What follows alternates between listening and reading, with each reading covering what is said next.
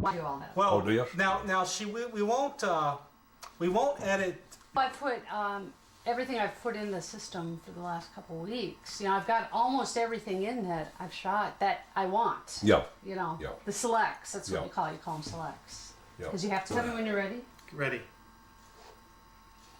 Do you just want to refresh my memory about you were at the corner? You Oh. almost were at. Yeah, I was in a little village just out of Castel and had gone down for the first hot coffee in a long time. And coming back, I was going to stop at this corner, but I decided not to. And as I walked up to the aid station, a shell came in and blew that corner off. So had I paused for a few more seconds, you know, I might not be here. So those are the things that happen. And why, you don't know. And as I said before, I think that the good Lord upstairs is looking after you. Because there are things that you cannot predict, or there's no way. There's just no way. But you live through it. And then other men shouldn't be killed and are. So I'm sure that the same thing is going on right now in Iraq and did in Afghanistan and the whole works. Yep. Did you have much experience with surrendering Germans? The experience of having a German soldier surrender to you. One vivid one was almost into the Po Valley. That was right after we had given Karl Schnackenberg wine that made him sick. That was from the church. And I could see a red cross fluttering up in the bushes coming towards us. So I walked down to where the stream bed was they were coming on. And then I saw that it was a German white ambulance. And so I waited for them to get close in on me. And all you could see was the faces right up in the windshield looking at you. And you're beginning to wonder, are they going to try to shoot their way through? Now that was my feeling of that. And about the time that they had surrendered to me, an infantry officer came along and in a very officious manner took them prisoner. But I found out that the man that surrendered, the German, was a dentist. He'd been trying for 5 years to surrender to the American troops. He finally made it. But he had wounded with him, and when they get to that point, we're all alike. Did surrendered Germans sometimes go back to the aid or collecting stations? Oh yes, they were handled just the same as we were, but not in preference. Now, if you had one that you had to treat or have him die, yes, he got treated. He was triaged. Because they were also functioning as litter bearers, were there times when they were just kind of there in the collecting station? Oh, that was a one-way trip.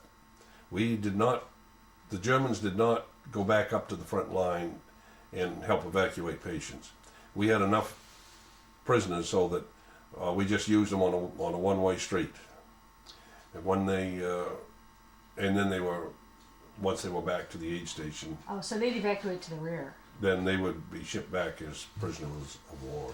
Yeah. Were there ever times around the aid or collecting station when there were more German prisoners around than there were U.S. soldiers? When we were going into the Po Valley, we had so many German prisoners that you couldn't handle it, couldn't take care of them. So we of course have had a lot of German-speaking troops because a lot of our boys were from Europe, and they were instructed the prisoners to leave their rifles and other things at a certain area, and then to march down the road, and they would be picked up by MPs several miles down the road. We just, they were ready to quit. Now, some weren't, but that was after we got up to Lake Garda, and then there were firefights up there, but... Tell me a little bit about what happened to you up at Lake Garda. What happened to me at Lake Garda? Well, I had a pretty good deal because we were the collecting company. We were moving up, and our troops, we were not having to support them except for sick call. They were sort of in a reserve situation. This is when, just before Colonel Darby was killed.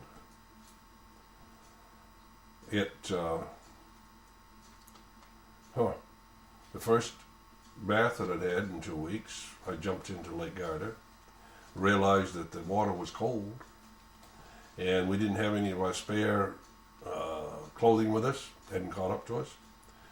So we handed our dirty clothes to the Italian women that were there to wash the clothes and be paid for it. We jumped into the lake and right out again. And as soon as our clothes were dry, we put them on and kept going. Although we stayed at that house quite a while. I have other stories that I don't think are fit for what went on there. But within 2 or 3 days from that point, the war was over. We didn't get into the tunnels. We were just ahead of the tunnels, just before that.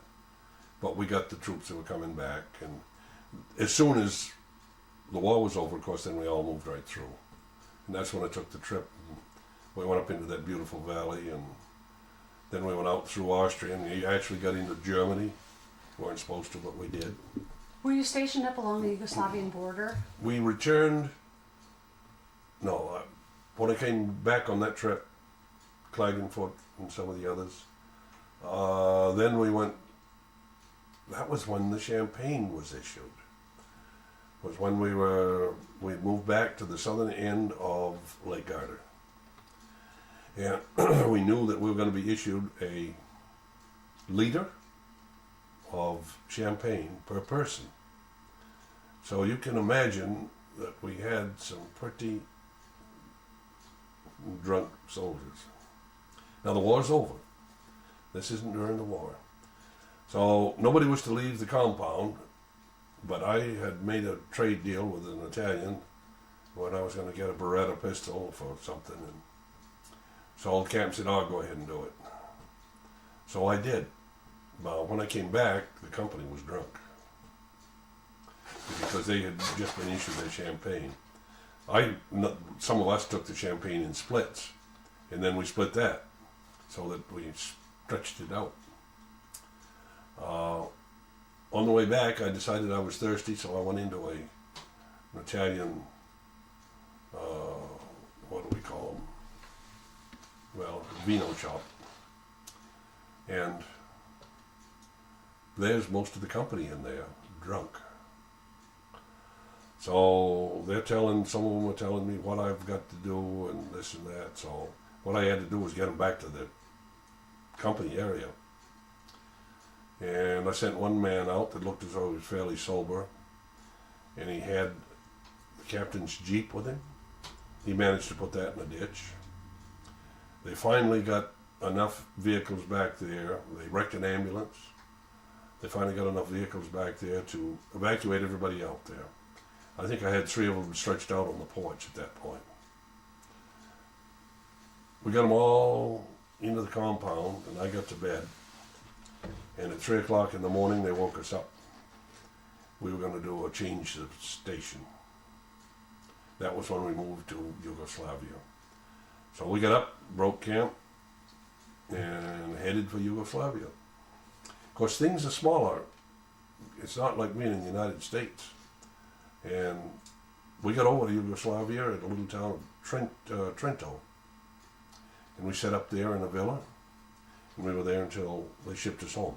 Why were you there? Why were we on the Yugoslav border? Because Tito wanted to take over Trieste and wanted to occupy some of the land that we were sitting on. We stopped that because General Hayes brought in his artillery, because he's an artilleryman, and they ran patrols. Nobody was allowed out after dark, and because the Yugoslav partisan he was there to kill you. This quieted down, and then things were all right. But What sort of experiences did you have up on the Yugoslavian border at Trento? well, because I wasn't drinking even at that point, the captain said, "You're in charge of recreation. Got to do something for the troops." So that was a weekly party, and I remember going out to get girls to come and dance. We arranged for a band, and when I got to the family members, they didn't want the girls to come to the dance because when the Germans did it, the girls were abused. So a few of them didn't dare say no. They remembered what had happened before. So we had a party, and we fed them, and we treated them right. And the next time we had a party, we had a waiting list. So to me, what's going on in Iraq right now, and what I hear of the soldiers that are over there, our troops, the same thing is going on. We're treating the people right. They appreciate what we're doing, and they're not all that unfriendly to the American soldier. Now, that isn't what you hear in the media, but this is what's coming back from the ones that are there. When you were up in Yugoslavia, did you have a military purpose besides planning parties? Can you tell me more about what your daily duties would have been like and how they fit into the reason the 10th was there? It sounds as though that all we did was party after the war was over. We were on the Yugoslav border was to keep Tito from moving in and occupying parts of Italy. And the infantry had more to do than, you see, we couldn't go into Yugoslavia. We did, but they would go in and right back out again. So General Hayes had just said, there's the line, and you boys aren't going to cross it. And sure, on the 4th of July, we had a ski race on Grossglockner. And I went up and watched that. No, it was a very easy life after that. And we were so set up, and the Yugoslavs knew they weren't going to get away with it, so they simmered down.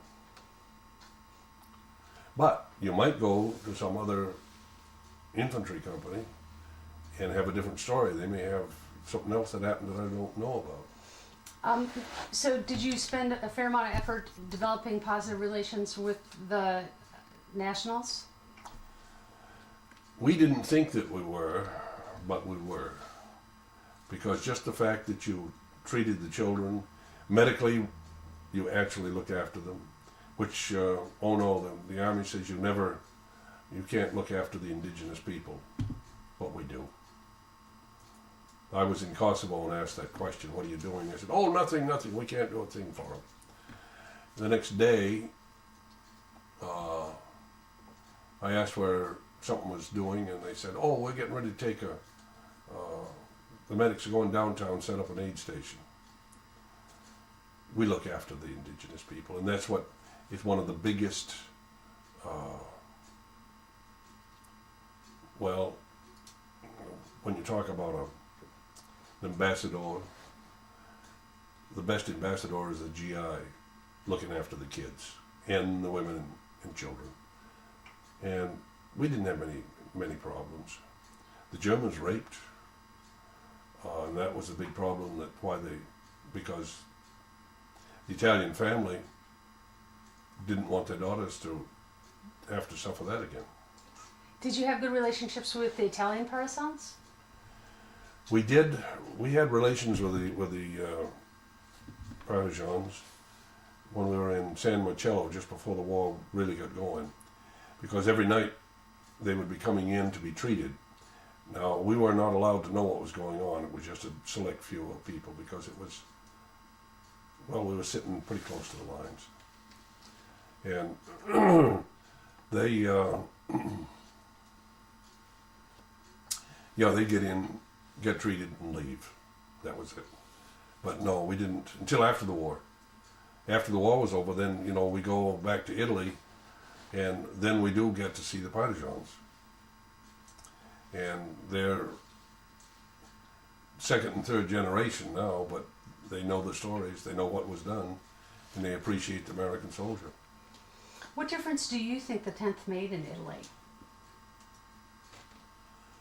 Well, some of the fellows think we won the war, but we didn't. We helped. What did we do in Italy that, well, we took Belvedere, which then allowed us to go down to, or to advance further and get ready for the invasion of Po Valley. So our job was to be mountain soldiers. The other divisions that had trouble, we didn't. We took it and held it and kept on going. What can be learned from the 10th Mountain Division? World War II, what we did. Only that specialized forces, when you talk about what the 10th did, the specialized forces of today, we call these, they're SFs. But we were also a specialized force in that we knew how to function in the mountains. So, yes, that has come down. Today it's recognized, and the 10th Mountain Division, of course, now is the most deployed division going. Some of that is because of what we did before. And they feel, they know that, yes, these fellows can do it. How would you define the spirit of the 10th? World War II. World War II. Spirit of the 10th was good, except when we trained too long at Camp Hale, or Texas. Texas, everybody wanted out of the division. We weren't a flatlander outfit. It was too hot. You name it, we didn't like it. But just the moment that we knew that we were going to Italy, it changed right around 180 degrees. And you didn't hear anybody wanting to get out. They just said, when do we go? And I left on Christmas morning from Camp Swift, Texas, to go to Italy. They got us up at 3. We scrubbed the barracks. They kicked us out of the barracks. We'd had breakfast, of course.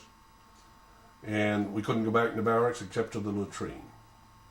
And then it rained. We finally got on the train at 3 o'clock in the afternoon. So there was about 12 hours of being outside. And we got on the train. They gave us the usual turkey dinner, and all the curtains were drawn on the train because nobody was supposed to know who was leaving. Well, you know, that was a crock. But we enjoyed the trip. We ended up in Newport News and boarded the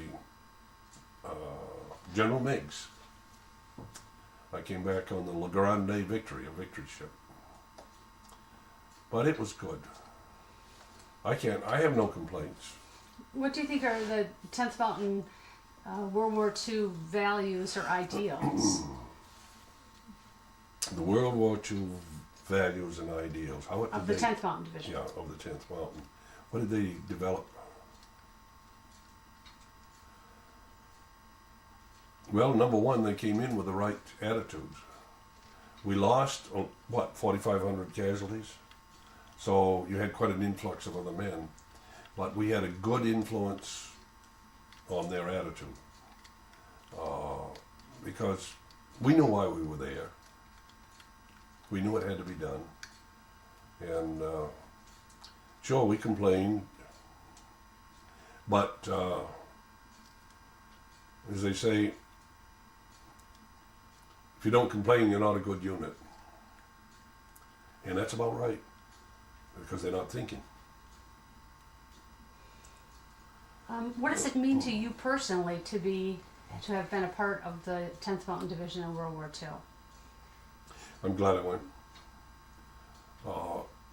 You don't, it's hard to put a value on it, but I know that it meant a lot in my life to know what is going on and what's going on today, because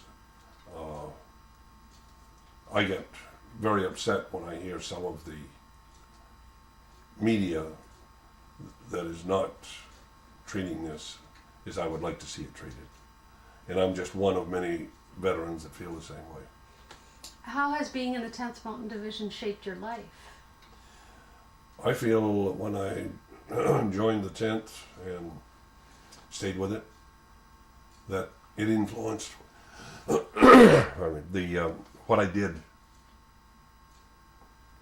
with the rest of my life. It had a very definite impact.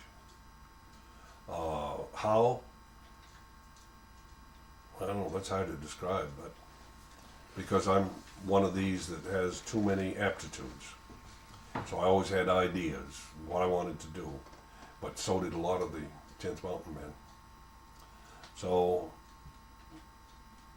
and then the camaraderie, what we've had since the war, with the association, that's all, you can't buy anything like that.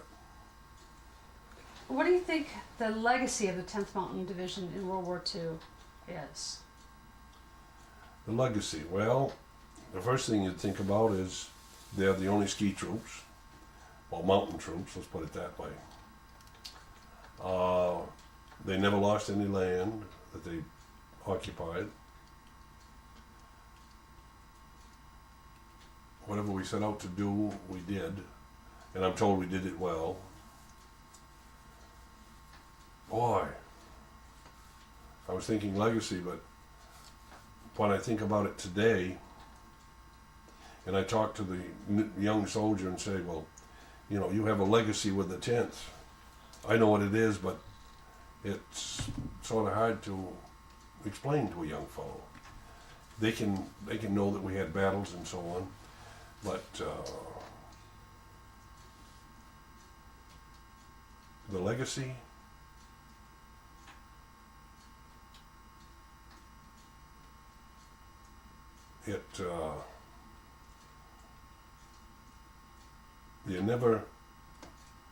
number one, you never give up. And you do strive for perfection.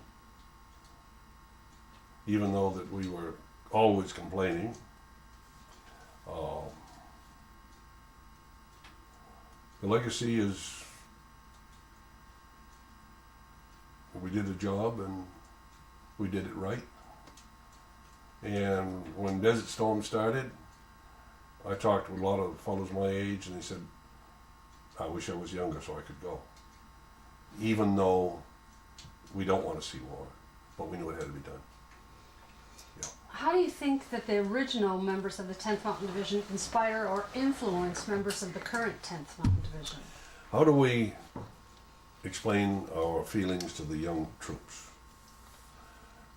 The legacy of the division is well documented.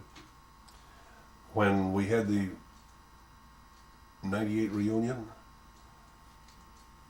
we got the old and the young together, and it was wonderful.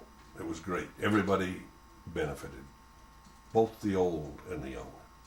Oh yes, yeah. How do you think you influence the young? They were curious. They wanted, because they had not been bloodied yet. They were still clean as driven snow as far as combat. They asked a lot of questions, and they did it with respect. Now, when we have another mini reunion coming up in 2005, it's going to be even more so. You'll find the old and the young getting together and swapping stories, but also, what did you do when this happened? How did you handle that? I think there'll be a lot of that, because they are more technical than what we were with their equipment, but there's still an awful lot of, everyday drudgery that you wonder about. What things do they have in common? Old and new. Old and the new? Well, the biggest thing is what's it feel like to be shot at?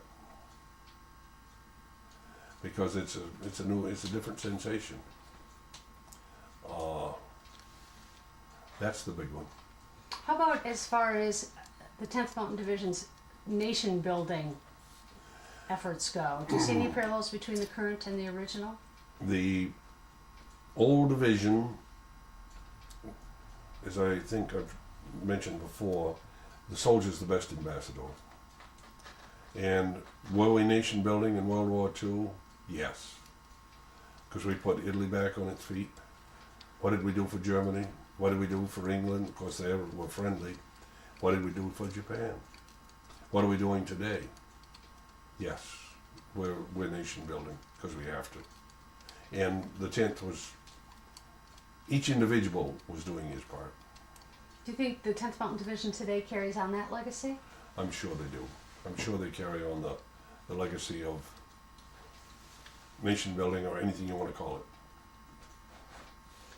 What's at stake for the new 10th Mountain Division? Oh, what's at stake for the new 10th Mountain Division? The obvious would be to say, win the war, win whatever we're trying to do. The modern 10th, or the current 10th Mountain Division, is being enlarged in personnel, so it'll be almost double in size for what it used to be. And these soldiers are good. If you have been watching casualties lists out of Iraq, you don't see too many 10th Mountain men. They're well trained. You may get wounded, but you hardly ever see killed. What kind of relationship do the current 10th Mountain Divisions try to build in foreign countries with nationals? What does the 10th Mountain attempt, or how do they attempt to, What kind of relationship are they trying to build with civilians overseas? to this relationship between the downtrodden? Because it's worse, today's division has it harder than we did, because people wanted us to begin with. And I feel that a lot of people in Iraq, and I'm told this by the soldiers, that a lot of people in Iraq are very pleased where they are. And that they're very unhappy because the media has not said, well, look, they've built schools, they've built a road, they've got a hospital going. Well, what kind of relationship are the 10th trying to build with the civilians? To build with the civilians a rapport that life can be better, and that we're not over there to impose our will on you. Sure, there has to be some things. There's got to be some military discipline, whether you're in the army or whether you're one of the indigenous people. But lost my train of thought. Well, are they trying to build positive relationships one by one with civilians?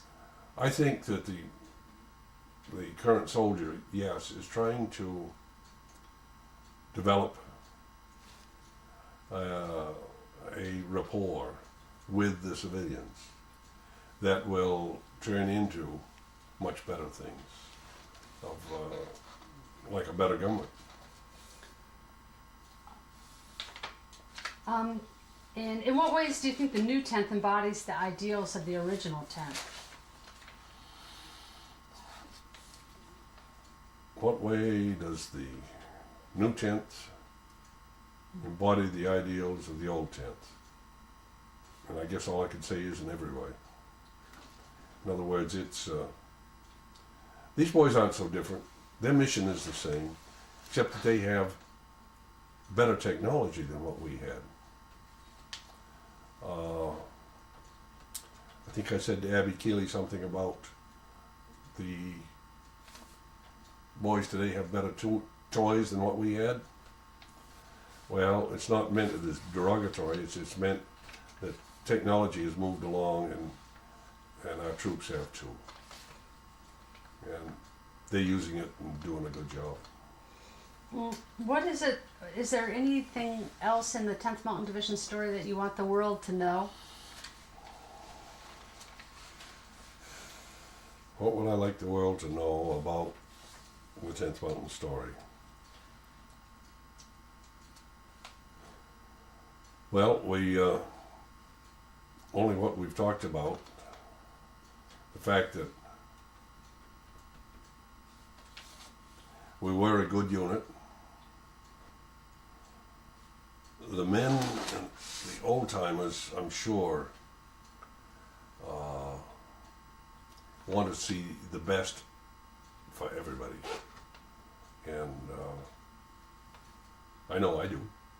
I just hope that this thing over there in the Mideast turns into a positive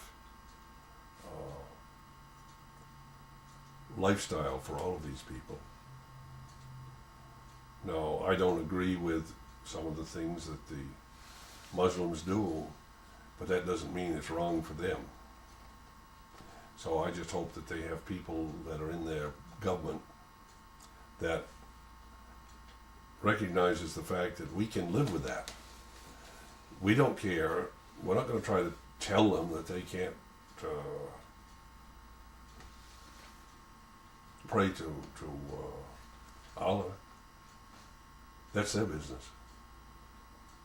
And I think that that's some of the message that we're trying to get across, that we're there to get rid of the bad guys. And we want to see the good ones move in. Is there anything else you want to add to this? I kind of think I'll run out. Want to pause, Bill?